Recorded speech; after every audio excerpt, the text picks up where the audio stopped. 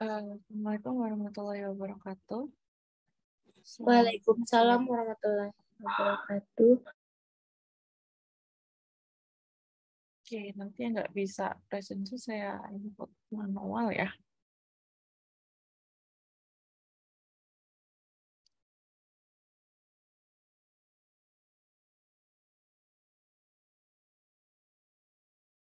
Oke,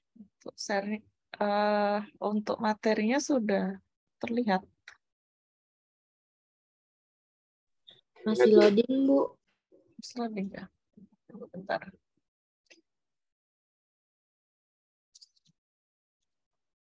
Sudah juga. Oke.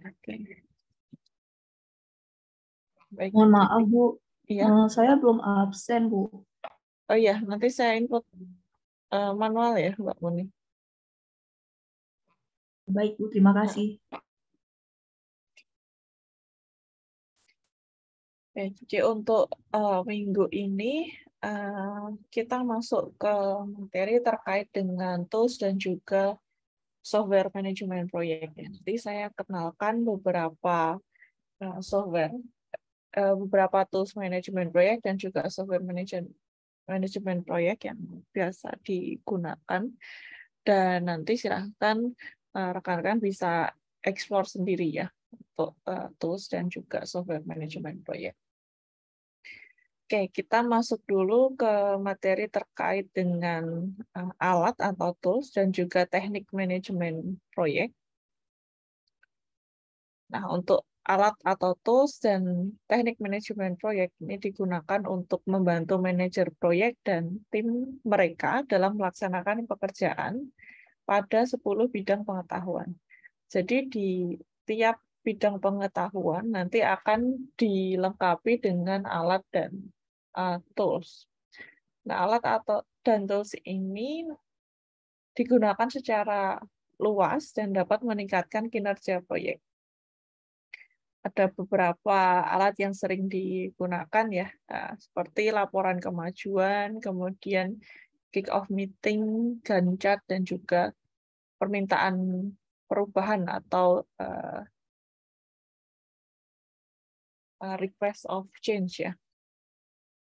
Nah, tiap alat atau tiap tools ini biasanya nanti ada template-nya. Ya. Dan software manajemen proyek bisa saja dilengkapi dengan template-template tersebut. Ya. Oke, jadi misal laporan kemajuan itu isinya harus berupa apa saja itu nanti ada template tertentu yang bisa digunakan dan template-nya itu beraneka ragam ya. Jadi nanti bisa disesuaikan dengan kebutuhan dari masing-masing manajer proyek, gantung dengan proyek yang sedang dikerjakan. Oke, selain alat atau tools, ada juga support tools dalam manajemen proyek. Support tools ini didefinisikan sebagai alat yang memiliki kegunaan dan potensi tinggi untuk meningkatkan keberhasilan proyek. Jadi dari berbagai macam tools yang ada di setiap bidang pengetahuan, ada support tools ya. Jadi support tools ini merupakan alat yang paling termutakhir atau tools yang paling termutakhir yang memiliki potensi tinggi untuk meningkatkan keberhasilan proyek. Support tools ini juga termasuk perangkat lunak atau software untuk penjadwalan tugas, kemudian penyataan ruang lingkup atau scope, analisis kebutuhan, dan laporan pembelajaran atau lesson learned report. Nah, selanjutnya nanti kita akan membahas alat atau tools dan juga teknik beserta support tools dalam manajemen proyek yang dibagi menjadi 10 bidang pengetahuan. Terdapat beragam alat atau tools dan teknik yang dapat digunakan untuk manajemen proyek dan sangat penting bagi manajer proyek dan anggota timnya untuk menentukan alat mana yang paling berguna untuk suatu proyek tertentu.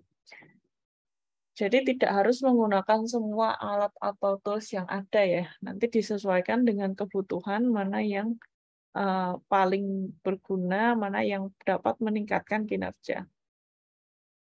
Pemilihan alat dan teknik yang tepat, termasuk di dalamnya proses input, output, dan fase siklus hidup adalah bagian dari penyesuaian proyek. Jadi setiap proyek bisa menggunakan alat atau teknik yang berbeda-beda. Kemudian manajemen proyek harus disesuaikan untuk memenuhi kebutuhan unik proyek, organisasi, dan orang yang menggunakannya.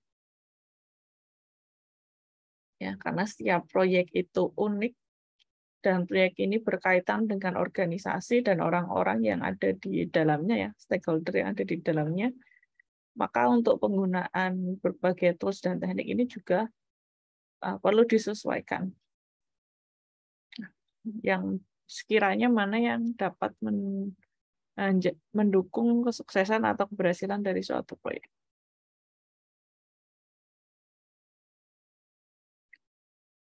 Ketika kita menggunakan satu tools, ya, misal kita menggunakan satu tools itu berhasil, itu belum tentu ketika digunakan di proyek lain itu akan berhasil juga. Jadi penggunaan tools ini antara satu proyek dan proyek lainnya perlu dipertimbangkan matang-matang. Oke, kita coba bedah dulu ya alat dan teknik manajemen proyek berdasarkan bidang pengetahuan. Nah, yang pertama dari bidang pengetahuan manajemen ruang lingkup atau scope management. Di sini terdapat alat dan teknik berupa pernyataan kerja atau statement of work, kemudian rencana pengelolaan dari ruang lingkup proyek, kemudian teknik verifikasi ruang lingkup, dan kontrol perubahan ruang lingkup. Kemudian untuk bidang ini, super tools-nya ada pernyataan ruang lingkup, ya, kemudian struktur rincian pekerjaan atau work breakdown structure, dan juga analisis kebutuhan. Nah, ini yang keberhasilannya paling tinggi, ya.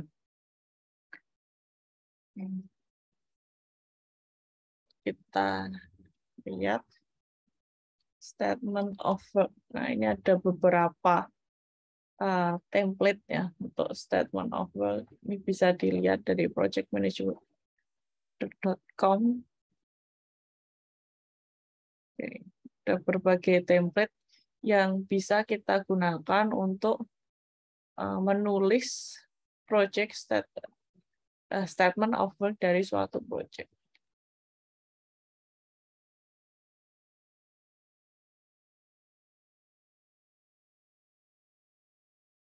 Di antara lain isinya ada daftar isi, kemudian informasi proyek, kemudian ringkasan, kemudian proses, budget, milestone, kemudian project governance, terms and condition, phase details, deliverable description, dan seterusnya. Kita bisa menggunakan template-template yang sudah tersedia, ya.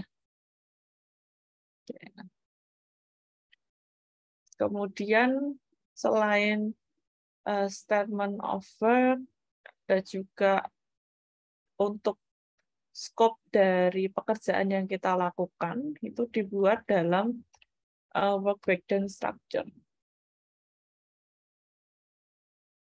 Ya, jadi dari satu pekerjaan, nah ini misal satu pekerjaan yang besar, ini nanti di breakdown, ya, dibagi menjadi sub pekerjaan. Kemudian dari sub pekerjaan dibagi lagi menjadi pekerjaan-pekerjaan yang lebih kecil.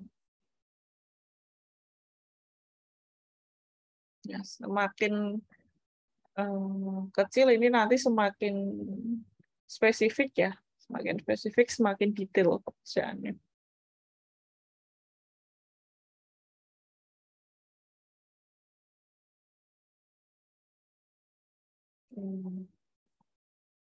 Bisa statement of work, kemudian work breakdown structure, atau analisis kebutuhan, ya.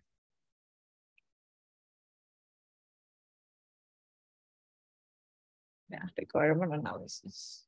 Bentuknya seperti ini, kira-kira.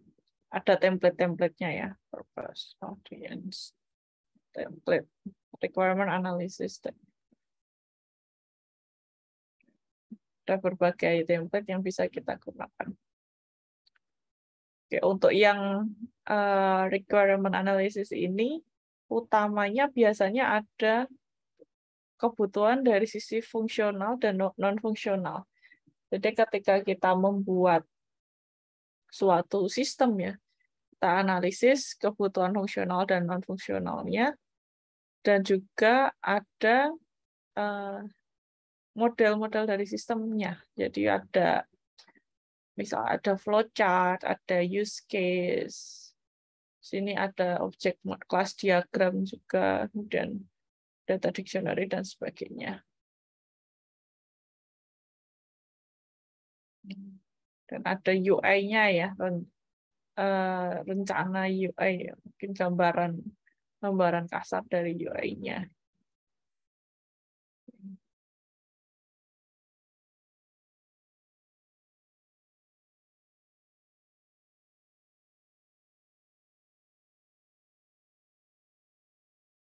Oke, itu untuk yang pertama, untuk ruang lingkup atau scope. Kemudian yang kedua, untuk bidang pengetahuan manajemen jadwal. Nah, ini bisa kita buat dalam diagram jaringan proyek ya, atau project network diagram. Kemudian critical path analysis.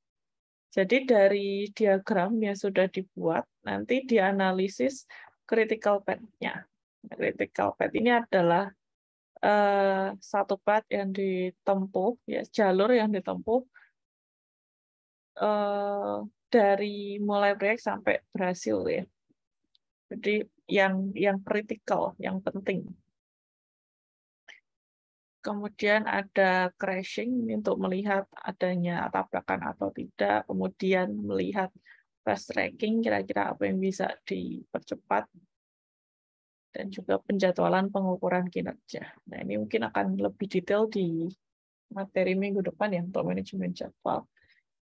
Oke, kita coba lihat diagram jaringan proyek.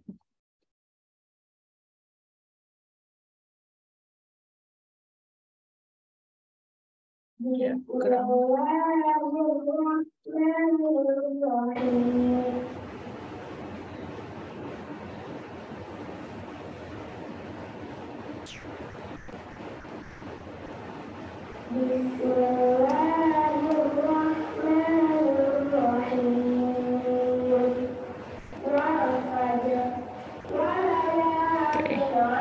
Nah, ini biasanya dalam chart seperti ini, jadi ada diagram yang menunjukkan aktivitas-aktivitas yang dikerjakan. Oke, jadi misal kick off meeting, kemudian mana yang sekiranya bisa paralel, mana yang tidak ya.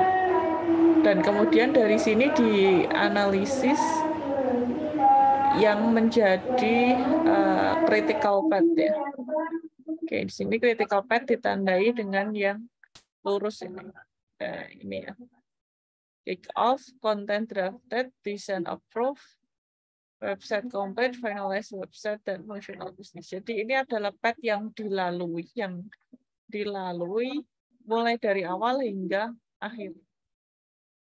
Critical path ini menggambarkan waktu yang dibutuhkan untuk mengerjakan proyek secara keseluruhan.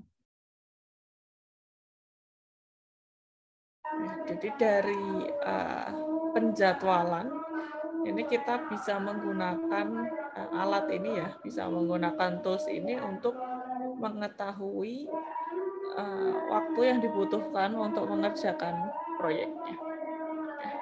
Di sini juga bisa melihat mana yang sekiranya bisa menjadi penghambat dan mana yang sekiranya bisa dipercepat ya, di fast tracking kan, mana yang menjadi penghambat dan sebagainya.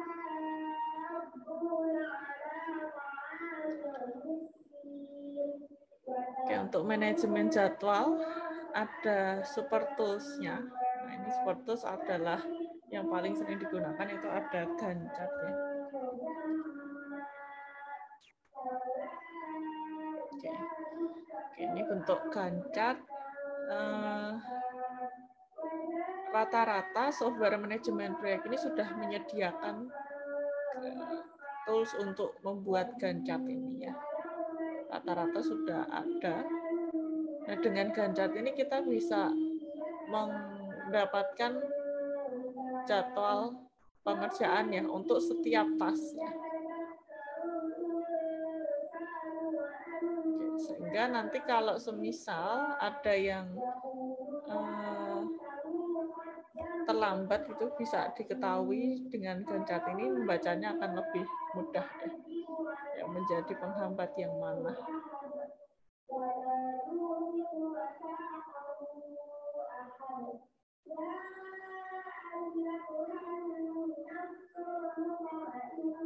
Oke, ini untuk skop dan jadwal. Selanjutnya ada manajemen biaya atau cost management.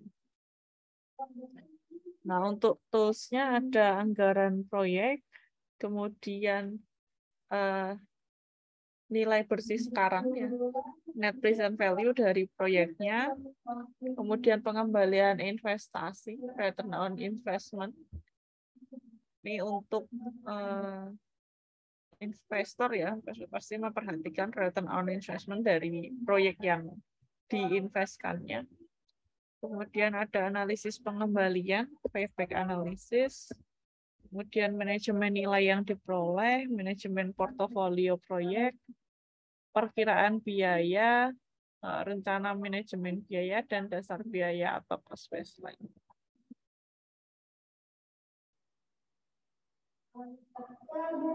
Jadi ini berkaitan dengan perhitungan-perhitungan ya, perhitungan-perhitungan dari cost dari suatu proyek.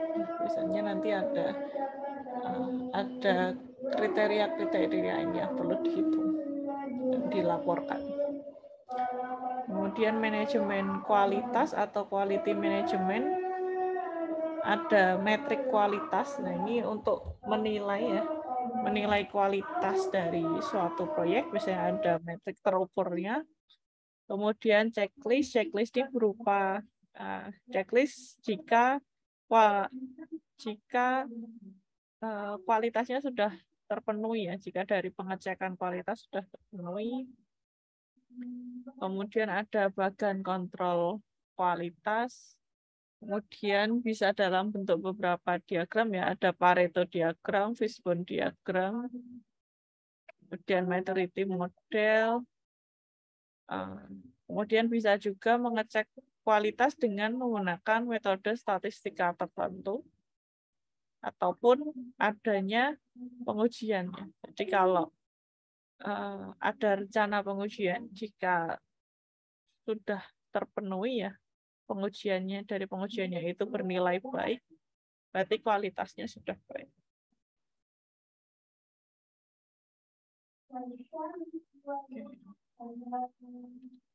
Quality metric. Oke, ini kira-kira seperti ini ya, project quality metric. Jadi misal dari sisi rate of delivery ya.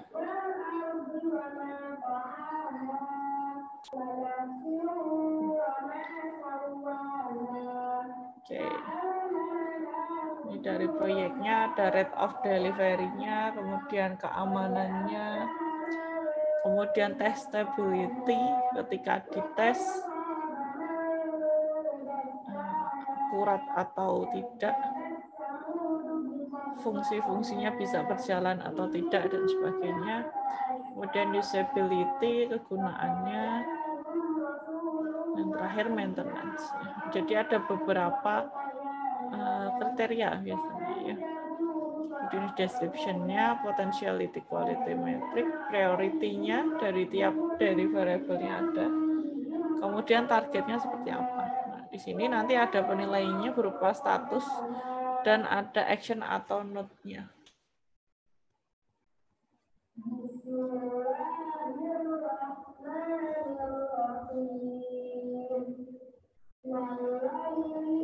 Oke, ini bisa juga ada beberapa metrik ya, ada customer satisfaction, kemudian NPS, Net Promoter Score, number of errand customer complaint, on time completion and plan hour versus actual time spent, the number of time and budget change, resource conflict. Ada beberapa kriteria kualitas yang bisa diujikan.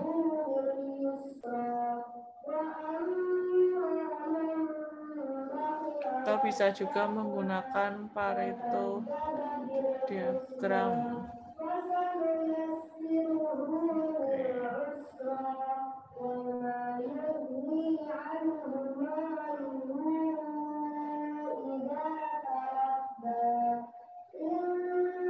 Atau bisa menggunakan fishbone diagram.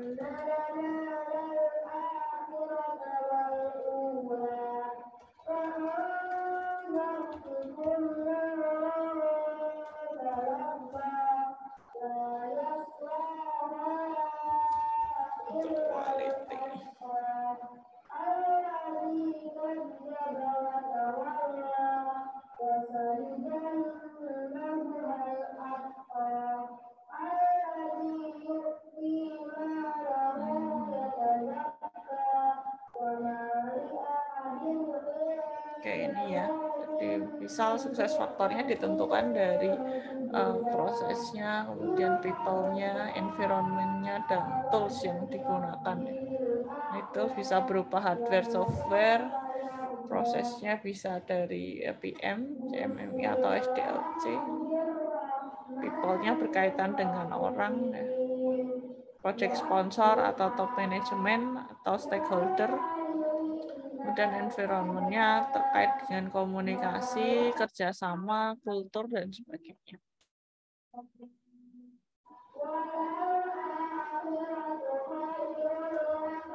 Oke, untuk yang biaya dan kualitas tidak ada support tools-nya. Kemudian selanjutnya ada manajemen sumber daya atau resource management. Nah, ini berupa teknik motivasi. Ini teknik motivasi dari project manager ya, selaku pimpinan proyek, kemudian mendengarkan secara empatik bagaimana manajer proyek bisa mendengarkan secara empatik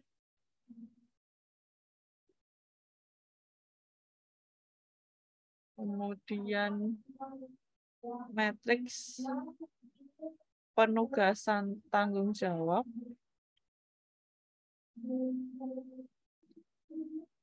Jadi ini matriks yang berisi tas dan tanggung jawab dari resource yang terlibat dalam proyek ya. Kemudian ada bagan organisasi proyek. Ini biasanya nanti ada yang dari yang tertinggi sampai yang terendah ya. Dari yang terlibat dalam proyek tersebut.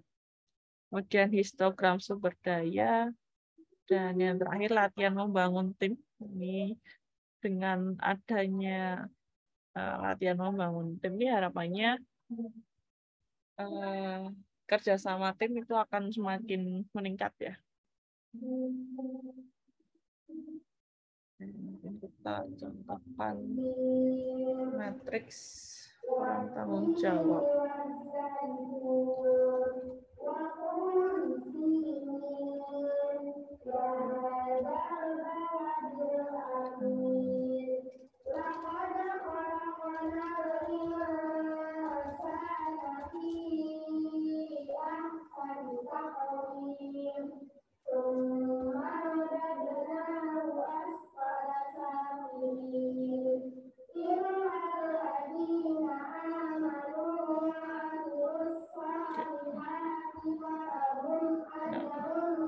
Bisa dibentuk seperti ini.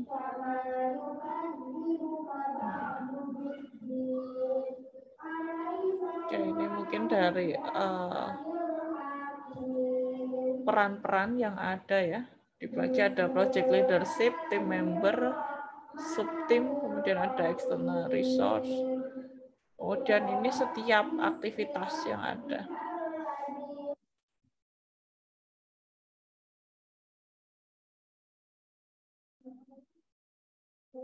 Ada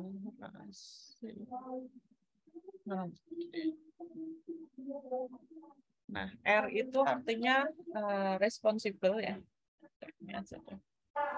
R ini responsible, kemudian accountable, C consulted, kemudian I ini inform. Nanti ada perannya sendiri-sendiri ya. Misalnya setiap aktivitas mana yang bertanggung jawab ya, mana yang responsibel, mana yang perlu mendapatkan informasi, kemudian mana yang perlu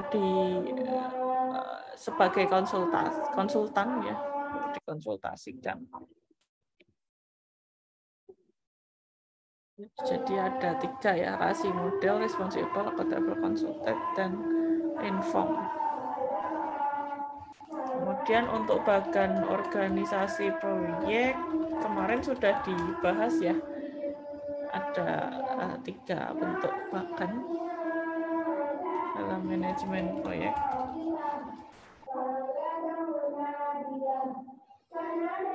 Nah, ini nanti menggambarkan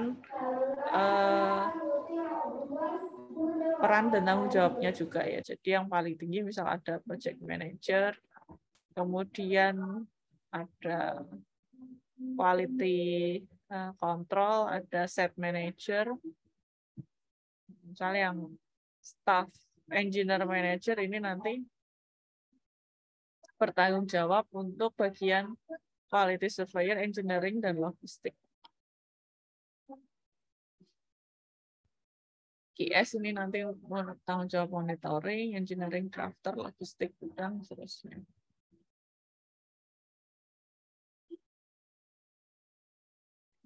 Jadi ada bagan-bagannya.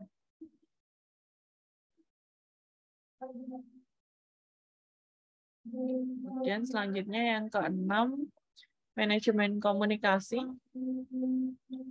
Untuk toolsnya meliputi rencana manajemen komunikasi, bagaimana manajemen komunikasi akan dijalankan di suatu tim. Misal apakah ada agenda meeting rutin, kemudian untuk berkomunikasi akan menggunakan platform apa, platform online apa misalnya.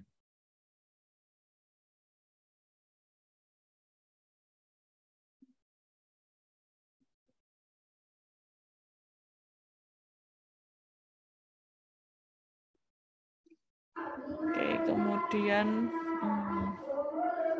manajemen konflik. Manajemen konflik dalam tim itu nanti akan dihandle seperti apa jika muncul atau jika terjadi konflik-konflik. Kemudian ada pemilihan media komunikasi ya, ini tadi pemilihan media komunikasi akan digunakan dalam tim. Kemudian laporan status, komunikasi virtual. Misal jika tidak bisa bertemu ya, jika tidak bertemu secara langsung nanti bisa pakai akun, pakai virtual komunikasinya menggunakan Zoom, Google Meet, dan sebagainya. Kemudian template dan website proyek ya.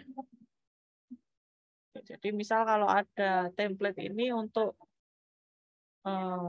penulisan laporan ya, misal ada template yang disepakati untuk penulisan laporan harian atau penulisan laporan kemajuan, ini bisa dikomunikasikan sehingga akan seragam bentuk laporannya, jadi memudahkan dalam pembacaan. Oke, untuk support tools-nya ada kick-off meeting dan juga laporan kemajuan. Ya, jadi yang kick-off meeting adalah meeting yang secara singkat yang biasanya dilakukan di pagi hari ya, sebelum mengerjakan suatu task. Itu biasanya akan dilakukan kick-off meeting, mungkin tidak lama, jadi hanya 5 dan 10 menit untuk mengecek apa yang sudah dikerjakan kemarin dan apa yang akan dikerjakan hari ini. Ya, nanti itu dilaksanakan setiap hari sehingga akan tertrack ya, track progresnya dari masing-masing anggota tim. Kemudian laporan kemajuan ini juga penting ya, dengan adanya laporan kemajuan semakin ya, ini tergantung kebutuhan deliverable-nya ya. Jika diperlukan laporan, jika proyeknya mungkin waktunya singkat, maka laporannya mungkin bisa dibuat harian ya, ada laporan kemajuan harian. Tapi kalau proyeknya cukup panjang, mungkin bisa dibuat per 2 minggu atau per bulan laporan kemajuannya, menyesuaikan dengan durasi proyeknya. Dan menyesuaikan kebutuhan dari pimpinan, biasanya ingin dilaporkan sejauh mana progresnya. Jadi ingin dilaporkan ketika sudah banyak yang dikerjakan atau ingin dilaporkan tiap waktu, tiap progres. Walaupun sedikit ingin dilaporkan, tergantung dengan stakeholder-nya atau yang bagian top manajemen ingin mendapat laporan seperti apa. Oke, kemudian ketujuh ada manajemen resiko. Ini alat atau tools-nya berupa rencana manajemen resiko, kemudian daftar resiko, matriks probabilitas atau dampak, dan peringkat resiko. Nah, di sini ketika membuat suatu proyek ya, ada list resiko dari proyek, baik dari resiko internal maupun eksternal. Kemudian dari daftar resiko itu bisa dibuat peringkatnya, ya, dibuat rank-nya, resiko yang kira-kira dampaknya besar dan dampaknya kecil yang bisa diurutkan. Tapi bisa berdasarkan matriks probabilitas atau dampak. Kemudian ada skenario untuk memanajemen resiko tersebut, sehingga resikonya tidak akan berdampak besar harapannya terhadap suatu proyek.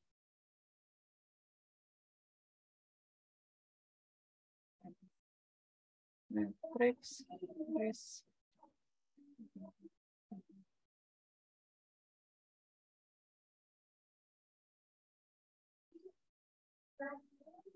Oke, jadi ini contohnya ya, risk matrix.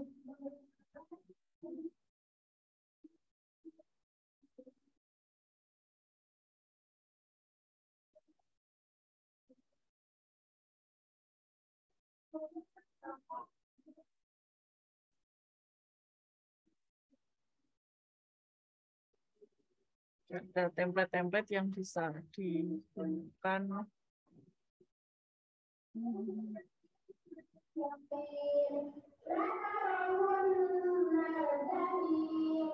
Jadi ini misal terkait dengan orang ya, first aid injury or exposure, kemudian tingkatannya ada low sampai yang high ya.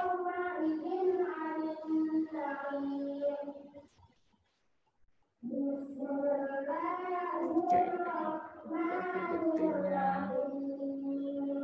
Ya, rata-rata sama ya. Ini dibuat dalam bentuk angka untuk menggambarkan tingkat resikonya.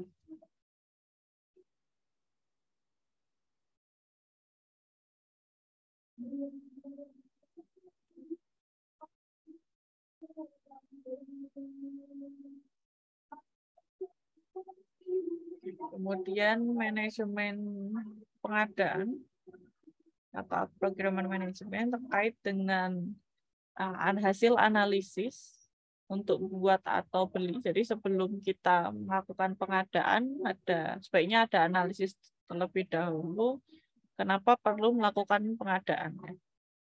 Kemudian yang terpenting sebelum melakukan pengadaan ada kontrak yang jelas. Kemudian ada permintaan proposal atau kutipan atau quote ya. Kemudian pilihan sumber.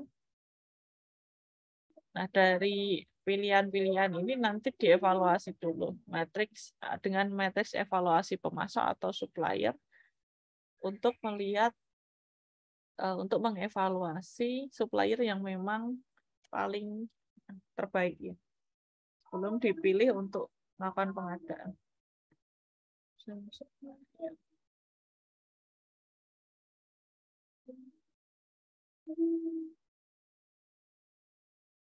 Oke, jadi misal ada beberapa supplier, ini ada Jiseng, Heritage, Niso, kemudian dari sisi critical success factor, jadi ada faktor-faktor yang dinilai, mungkin dari sisi harga, kemudian delivery, ability to meet quality, program deadline, kemudian meet customer services, lingkungan, dan sebagainya. Nah, nanti di sini dinilai masing-masing, sehingga akan mendapatkan supplier yang paling tinggi ya, paling tinggi skornya. Nanti akan dipilih, kemudian selanjutnya membuat kontrak.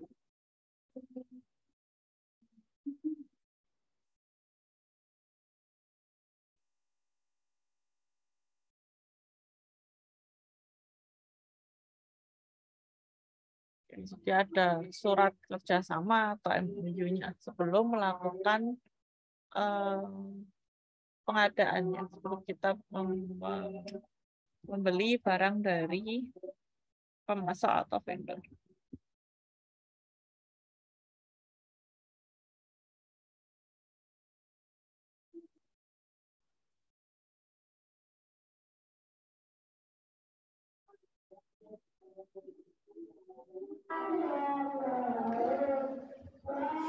Oke, kemudian yang terakhir ada dua lagi ya, manajemen pemangku kepentingan atau stakeholder management dan manajemen integrasi.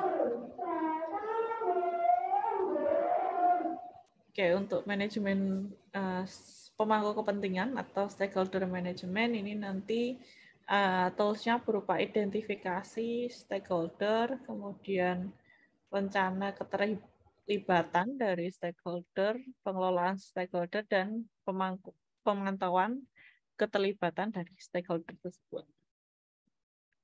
Kemudian untuk manajemen integrasi terkait dengan metode pemilihan proyek, kemudian metodologi manajemen proyek yang digunakan, hasil analisis dari pemangku kepentingan atau stakeholder, kemudian ada work request, kemudian ada project charter ya, yang kemarin sudah dibahas, kemudian rencana manajemen proyek, perubahan papan kontrol atau control board, dan rapat peninjauan proyek. Untuk integrasi ada super tools-nya.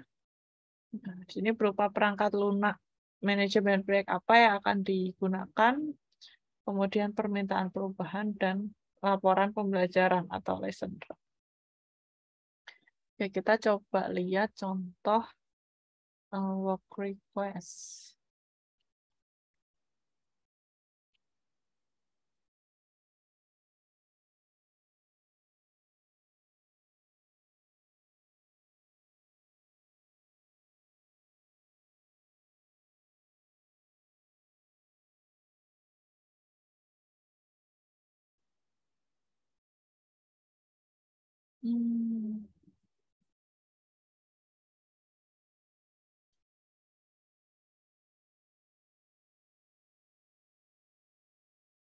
Oke. Jadi bisa seperti ini ya. Work order-nya, company bla bla bla, ini logo company, kemudian requester namanya siapa ya, request description, kemudian description of work complete, dan explanation of work complete. Nanti ada approve dan sebagainya. Nah, ini biasanya tiap company punya work request sendiri-sendiri ya, template-nya. Kemudian untuk project charter ini sudah dibahas item-item apa yang sebaiknya ada di project charter.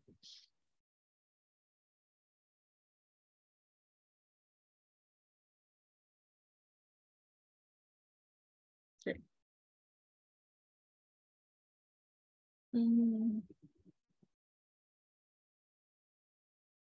Kira-kira ada seperti ini ya, ada project name, description, manager, sponsor, kemudian business case, team member, risk and constraint, milestone, expected goal. Nah, terakhir ada date approve dan tanda tangan. Tanda tangan mungkin stakeholder tertinggi dan juga dari project manajernya. Ada banyak ya bentuk project charternya.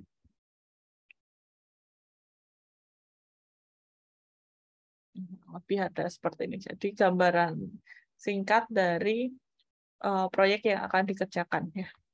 Ya, seperti merangkum dari proposal proyeknya. Kemudian tadi ada lesson learned ya. Lesson learned report.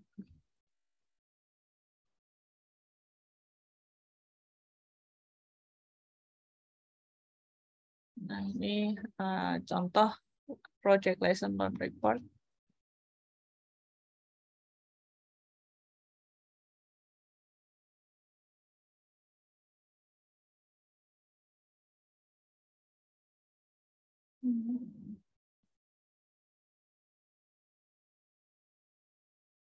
Dan intinya adalah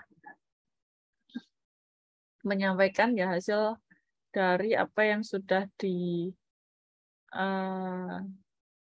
dipelajari ya dari proyek tersebut, ya, apa yang sudah dilewati, mungkin ada suatu kendala, kemudian bagaimana men-solve-nya.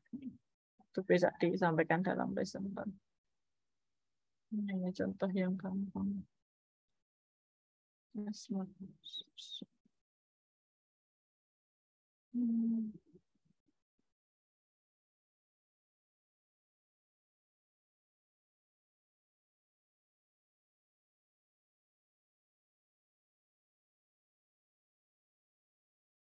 Oke, ini contohnya.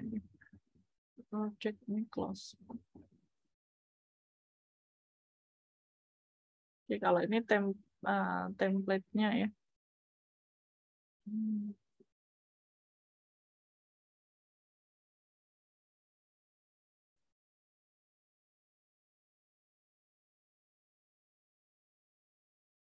Ini aja deh. Nah, ini lesson report template, ada proyek title, date of report, kemudian team member, project manager, goals-nya apa, kemudian apakah tercapai atau tidak goals-nya, kemudian apakah ada goal baru yang ditambahkan dan di-achieve saat proyeknya berakhir ya. Kemudian lesson learned, what went well on this project, apa yang berhasil dalam proyek, bagaimana di-improve ke depannya jika ada ya. Kemudian apa yang tidak berhasil dan bagaimana rencana untuk mengimprove-nya ke depannya. Nah, jadi apa yang sudah berhasil dan apa yang tidak berhasil, kemudian kalau ada komen lain. Ini terkait dengan tas-tas yang sudah dikerjakan. Kemudian untuk perangkat lunak, ini nanti kita bahas di slide berikutnya ya. Oke, jadi itu tadi ada 10 ya, 10 bidang pengetahuan manajemen proyek dan alat dan teknik yang dapat kita gunakan untuk mendukung keberhasilan suatu proyek berdasarkan bidang pengetahuan tersebut.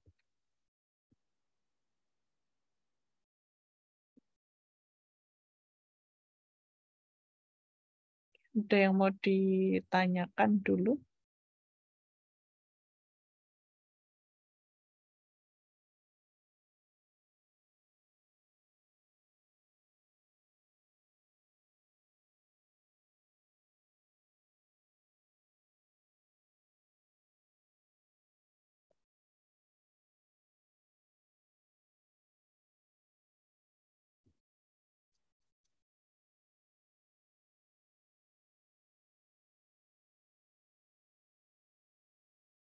Oke, materi selanjutnya terkait dengan software untuk manajemen proyek ya.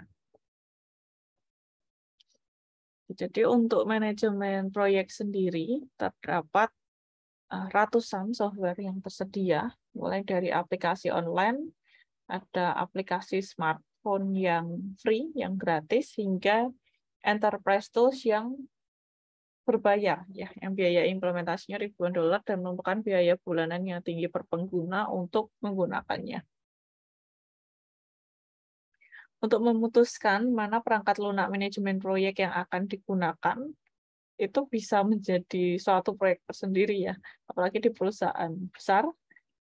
Jadi harus disepakati perangkat lunak manajemen proyek mana yang paling tepat untuk membantu memanajemen proyek tersebut. Ini menjadi suatu hal penting yang dipilih, ini disesuaikan dengan kebutuhan dari tim dan juga cost yang ada.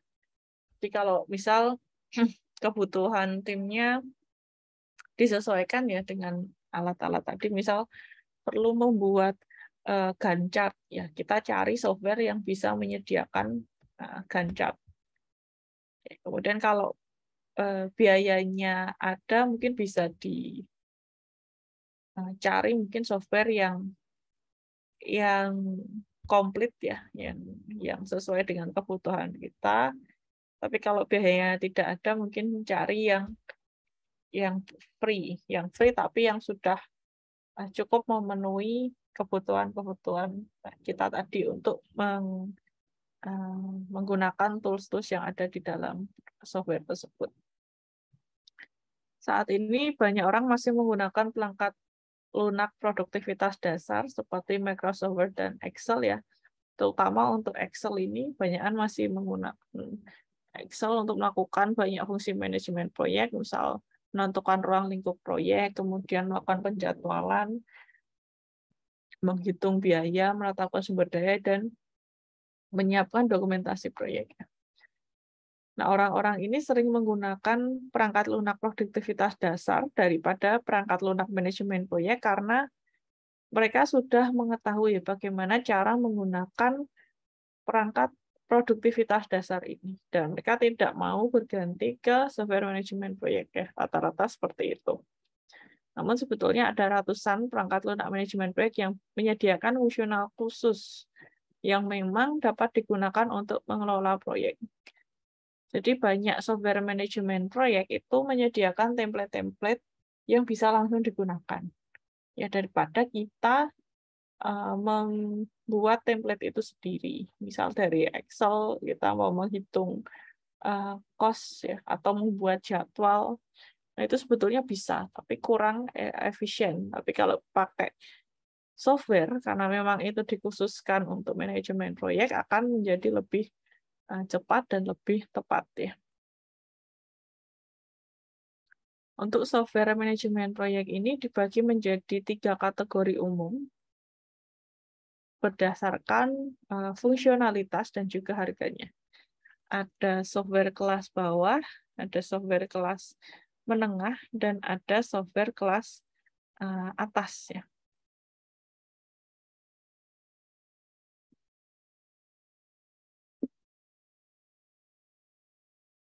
Oke, yang pertama software kelas bawah atau low-end software. Untuk software ini menyediakan fitur manajemen proyek dasar dan umumnya berharga kurang dari $200 per pengguna atau biaya bulanan yang rendah untuk perangkat lunak online. Software direkomendasikan untuk proyek kecil dan pengguna tunggal atau yang belum banyak ya timnya. Kemudian sebagian besar software ini memungkinkan pengguna untuk membuat Gantt chart, tersedia secara online, aplikasi standalone desktop, aplikasi smartphone, dan software online yang terintegrasi dengan smartphone. Contohnya yang paling populer ada Basecamp, Smartsheet, dan juga Zoho Projects. Oke, kemudian yang kelas kedua ada kelas menengah atau mid-range. Ini dirancang untuk menangani proyek yang lebih besar, lebih banyak pengguna, dan lebih banyak proyek ya. Semua software ini dapat menghasilkan Gantt chart dan juga sudah dapat membuat diagram jaringan atau network diagram ya untuk penjadwalan juga. Kemudian dapat membantu dalam analisis critical path. Kemudian untuk alokasi sumber daya, pelacakan proyek, pelaporan status dan tugas lainnya. Harganya ada di range 200 hingga $600 per pengguna, atau mungkin memerlukan biaya bulanan per pengguna. Nah, di sini contohnya ada Microsoft Project ya, yang merupakan software manajemen proyek yang secara umum paling banyak digunakan dalam kategori kelas menengah ini. Microsoft Project. Oke, kemudian yang software kelas atas atau high-end software, kadang disebut sebagai PPM atau perangkat lunak manajemen proyek perusahaan atau enterprise. Software ini memberikan kemampuan yang kuat untuk menangani proyek yang sangat besar, kemudian kelompok kerja yang tersebar, dan fungsi manajemen perusahaan dan portofolio yang merangkum dan menggabungkan informasi proyek individu untuk memberikan pandangan perusahaan dari semua proyek.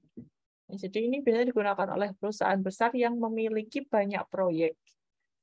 Dan dari proyek-proyek itu juga bisa digabungkan dalam portofolio tertentu. Nanti bisa dirangkum dan bisa didapatkan gabungan informasinya untuk top manajemen ya dari perusahaan tersebut.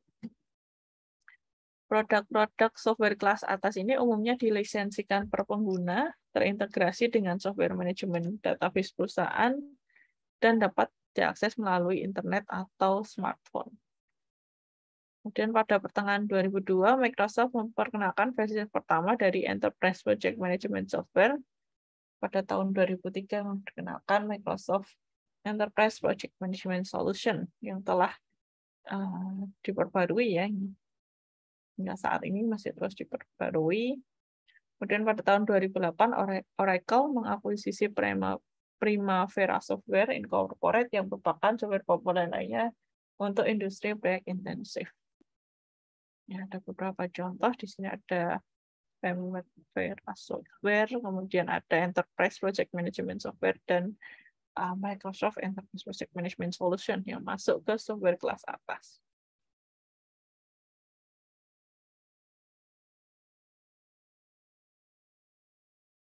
Kemudian selain dibagi menjadi 3 kategori tadi ya, ada juga software yang open source. Yang open source ini ya, software ini gratis karena dikelola oleh komunitas tertentu, dikembangkan oleh sukarelawan ya untuk memperbarui, mengelola dan mengupdate software ini. Nah, yang open source misalnya ada Project Library, Level Plan, Open Project, ini merupakan software manajemen yang free open source, yang biasanya menggunakan Linux, itu nanti berbasis open source ya, software-softwarenya bisa digunakan. Software ini dikembangkan, dikelola, dan dipelihara oleh sukarelawan, dan mungkin tidak didukung dengan baik. Jadi supportnya mungkin berbeda dengan yang berbayar. Jadi kalau ada error atau ada bug dari software tersebut, ketika kita sampaikan, itu mungkin akan lama direspon ya, atau mungkin tidak direspon dengan baik ya. Berbeda dengan yang berbayar, ketika kita menghubungi supportnya, biasanya langsung direspon keluhannya dan akan diperbaiki lebih cepat lah daripada yang open source. Kalau open source ini karena dari sukarelawan, jadi ya tidak bisa terlalu cepat mungkin update-nya. Kemudian terdapat juga beberapa perangkat lunak yang berfokus pada pengelolaan proyek yang agile ya, dengan metode agile. Pencarian Google pada Januari 2018 menemukan daftar 55 solusi manajemen proyek agile dari situs www.softwareadvice.com. Di sini yang termasuk di dalamnya ada Asana yang sering digunakan ya. Asana, Trello, Jira, Weka, dan version 1 dan lain sebagainya. Oke. Kemudian yang Microsoft dan alat lain tadi yang disebutkan sebelumnya juga dapat digunakan untuk mengelola proyek yang kecil. Kita coba lihat www.softwareadvice.com.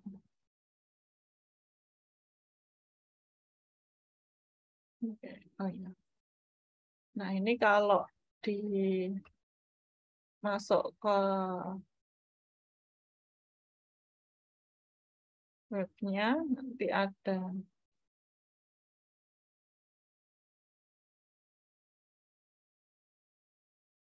pilihan ya, browse all software kategori. Misal kita pilih yang untuk project management. Ya, project management software, kita pilih yang IT, misal IT project management software. Oke, nah dari sini ada banyak ya, ada banyak, ada Weka, kemudian Zoho Sprint, kemudian ada monday.com yang baru ya. Ada banyak yang bisa kita ini. Nah, di sini ada rate-nya, kemudian ada rekomendasi. Nanti kalau kita klik lebih detail akan mendapatkan informasi fitur apa saja yang ada di proyek tersebut, software tersebut ya. Misal sana Jira misalnya.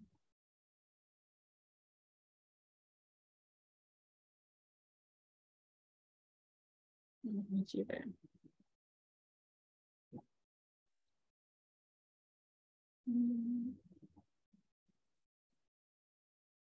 Oke, di sini ada Asana ya terkait dengan software ini, kemudian pricing-nya seperti apa. Ada free version-nya. Kemudian ini gambaran fitur-fiturnya ya, fitur yang ada di Asana.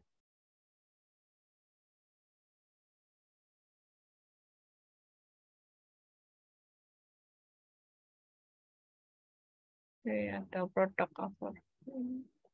Kemudian jika hendak dibandingkan, kita bisa membandingkan dengan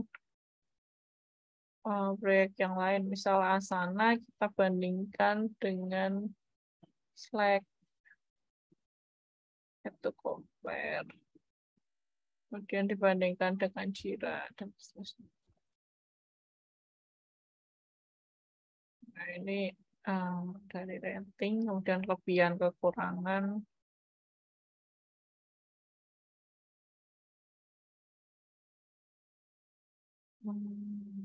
Ya. Kalau fitur kayaknya belum masuk. Ya, fitur harus dieksplor dari webnya ya, dari tiap ininya, tiap softwarenya. Oke, ini bisa lihat deployment-nya. Nah, misal timnya banyak menggunakan Windows, nanti dicari yang support untuk Windows. Oke, ada beberapa yang nggak support di Linux ya. Rata-rata kalau Windows dan mobile ini support.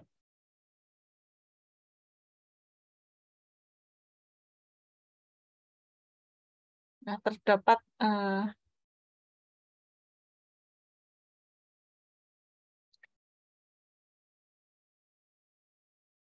dalam memilih software, nanti kita lihat dari sisi functionality-nya, apakah sudah memenuhi kebutuhan kita. Kalau tidak terlalu banyak kebutuhannya, mungkin bisa cari yang free saja, kemudian disesuaikan juga dengan budget yang kita punya. Ya, jadi yang untuk software ini harapannya adalah bisa membantu, memudahkan kita dalam manajemen proyek. Tapi dalam manajemen proyek, selain memilih mana software yang tepat, ada banyak hal lain ya yang perlu dikelola untuk membuat proyek yang berhasil. Jadi yang software ini hanya untuk sebagai faktor pembantu saja, ya, pembantu memudahkan kita dalam manajemen proyek. Tetapi keberhasilan manajemen proyek sendiri itu tergantung pada bagaimana manajer proyek memanajemennya. Ya, jadi software ini hanya sebagai bantuan. Nanti yang di lapangan lebih kompleks yang harus dikerjakan oleh manajer proyek.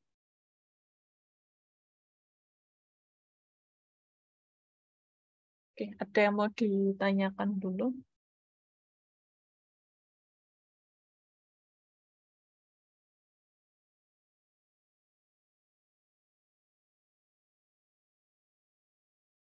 Oke, kalau belum, ini kita masih ada waktu ya, beberapa menit. Saya berikan tugas individu untuk meng-compare beberapa project management tools. Jadi agar rekan-rekan bisa belajar melihat-lihat fitur yang ada di suatu software ya dan membandingkannya. Oke, silakan nanti dicoba dianalisis. Ini saya berikan contoh. Misal di sini membandingkan 4 project management tools ya, ada Trello, Asana, Wika, dan Jira. Nanti dijelaskan Trello itu apa, kemudian fitur-fitur yang ada di Trello ini apa aja. Oke, ini ada fitur board ya, untuk melihat, mengorganisir tas, masih menggunakan Kanban ya, ada to do, doing, dan done. Kemudian platform Trello ini bisa jalan di mana saja, pricing-nya seperti apa, dan tampilan UI-nya. Nah, ini tool kedua, Asana. Jelaskan fitur-fitur yang ada di Asana seperti apa. Kemudian harga, kelebihan kekurangan juga boleh. Kemudian tool ketiga ada Wika. Fiturnya apa saja. Pricing, kemudian license, dan seterusnya. Yang terakhir ada Jira. Jadi yang terpenting dijelaskan ya sedetail mungkin fitur yang ada di dalam tools-nya setelah rekan-rekan mengeksplor, kemudian bisa melihat kelebihan dan kekurangan dari masing-masing tools tersebut. Nah, nanti dibuat rangkuman seperti ini ya, dan juga kelebihan dan kekurangannya dari masing-masing fitur.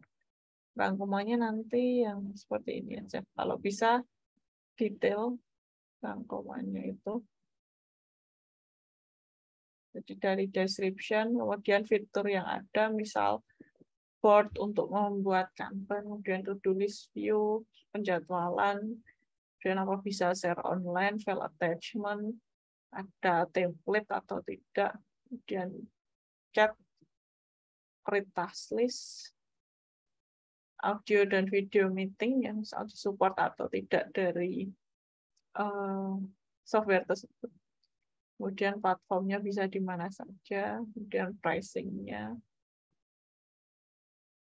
dan seterusnya, kelebihan dan kekurangan juga, superiority, weakness.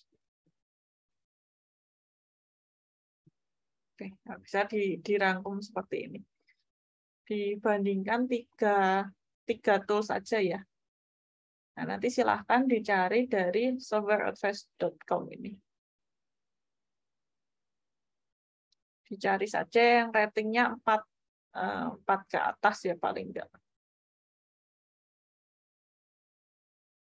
Atau 4,5 ke atas itu. Jadi yang memang yang banyak digunakan. Dilihat juga yang mereview ya. Kalau bisa yang memang sudah banyak. Jadi lebih valid lagi. Lebih banyak pengguna. Ini masih banyak yang dikit ya reviewnya.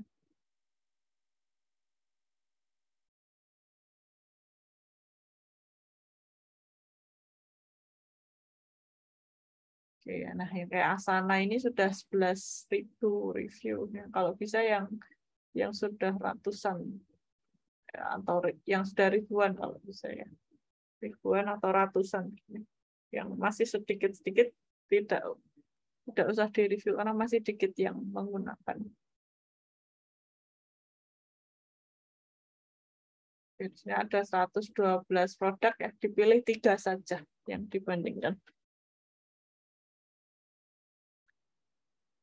Oke, saya buat tugas di sini.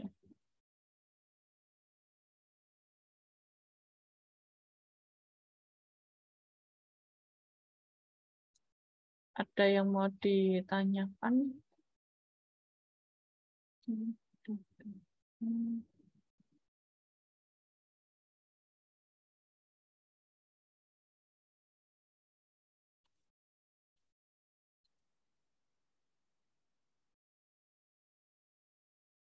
Ibu, saya ingin bertanya Ya. tentang tugas kemarin itu, Bu. Ini proposalnya ini kita harus persis kayak yang Ibu berikan referensinya, atau kita bisa lihat dari referensi lain, Bu. Misalkan yang di elok yang Ibu kirimkan itu kan bentuk proposal project management plan.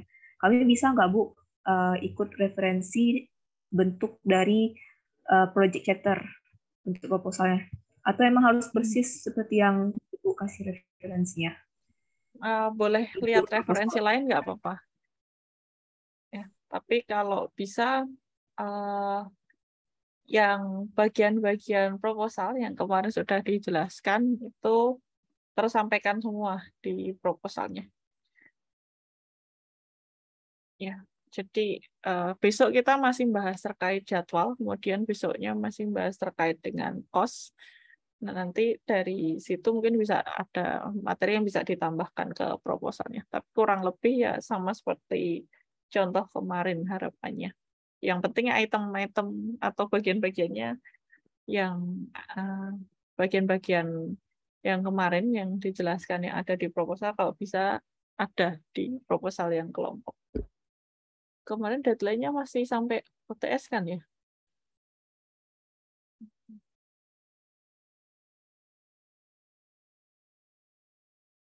Boleh lihat referensi lain nggak apa-apa kok.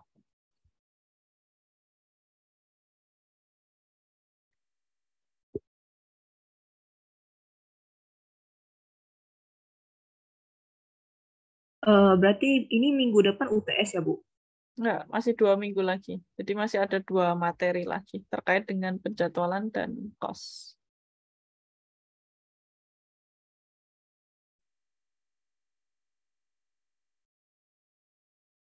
Untuk proposalnya bisa disubmit sampai UTS karena masih ada materi yang belum tersampaikan ya. Di dalam proposal itu kalau nggak salah ada jadwal dan kos ya. Terkait jadwal dan kos. Tapi mungkin bisa dicicil bagian lain-lainnya, bisa mulai didiskusikan dulu. Nah, terus kayak yang scope proyeknya itu mungkin bisa didiskusikan dengan timnya dulu.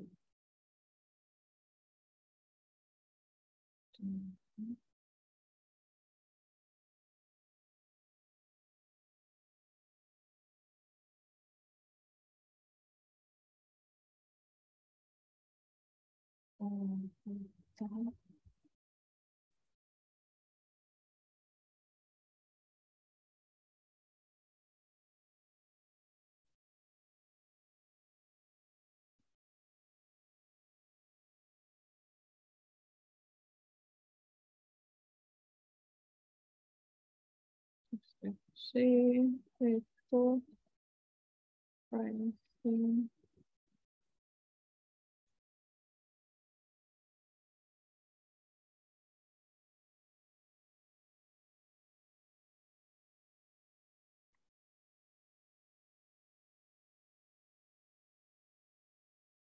Berarti nanti di tugas yang kemarin itu akan diperpanjang, Bu?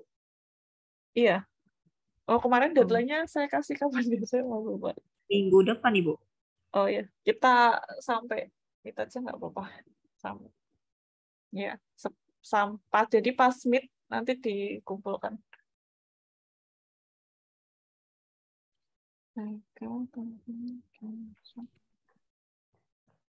Kelebihan kekurangan.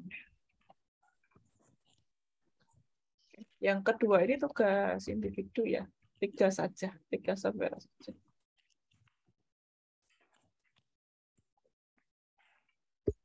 Yang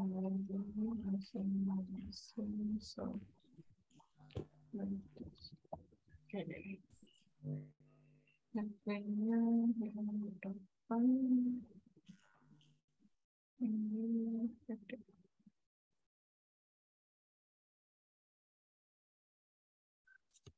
yang proposal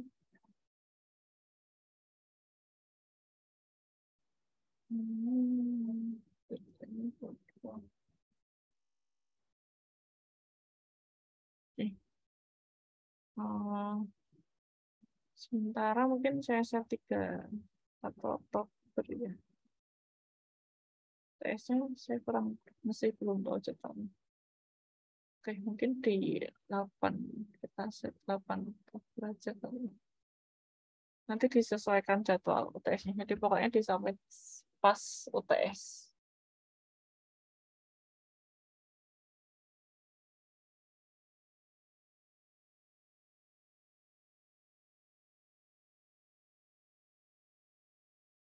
Yang software ini tugas individu ya. Individu tuh.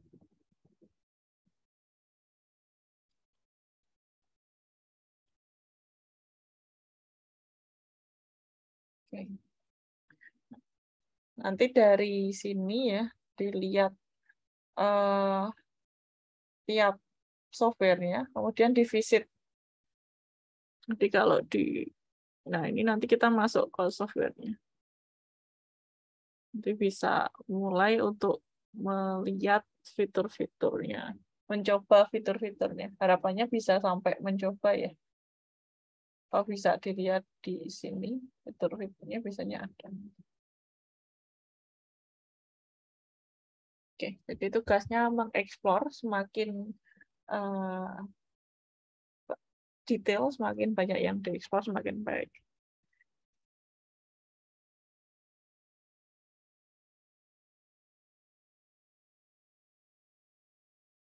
Ada yang mau ditanyakan?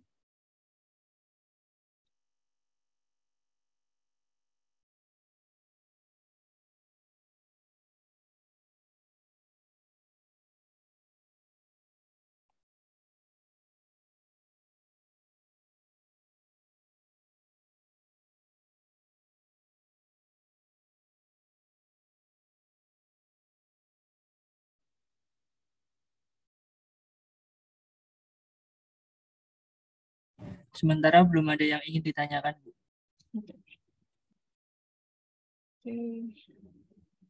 Tadi yang belum presensi cuma Mbak ini aja ya, ada yang lain?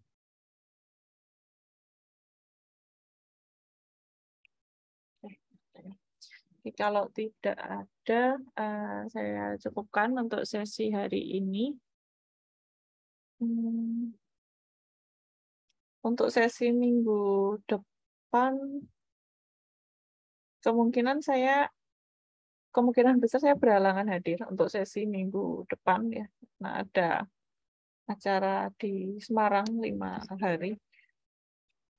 Jadi mungkin nanti antara diganti waktu kuliahnya jadi minggu depan atau nanti saya buat asinkron dengan menonton video. Nanti untuk pemberitahuan lebih lanjut saya sampaikan dari WA ya untuk minggu depan. Mungkin itu untuk hari ini. Terima kasih semuanya. Saya cukupkan. Selamat sore. Assalamualaikum warahmatullahi wabarakatuh. Waalaikumsalam warahmatullahi wabarakatuh. Waalaikumsalam Terima kasih, Bu. warahmatullahi wabarakatuh.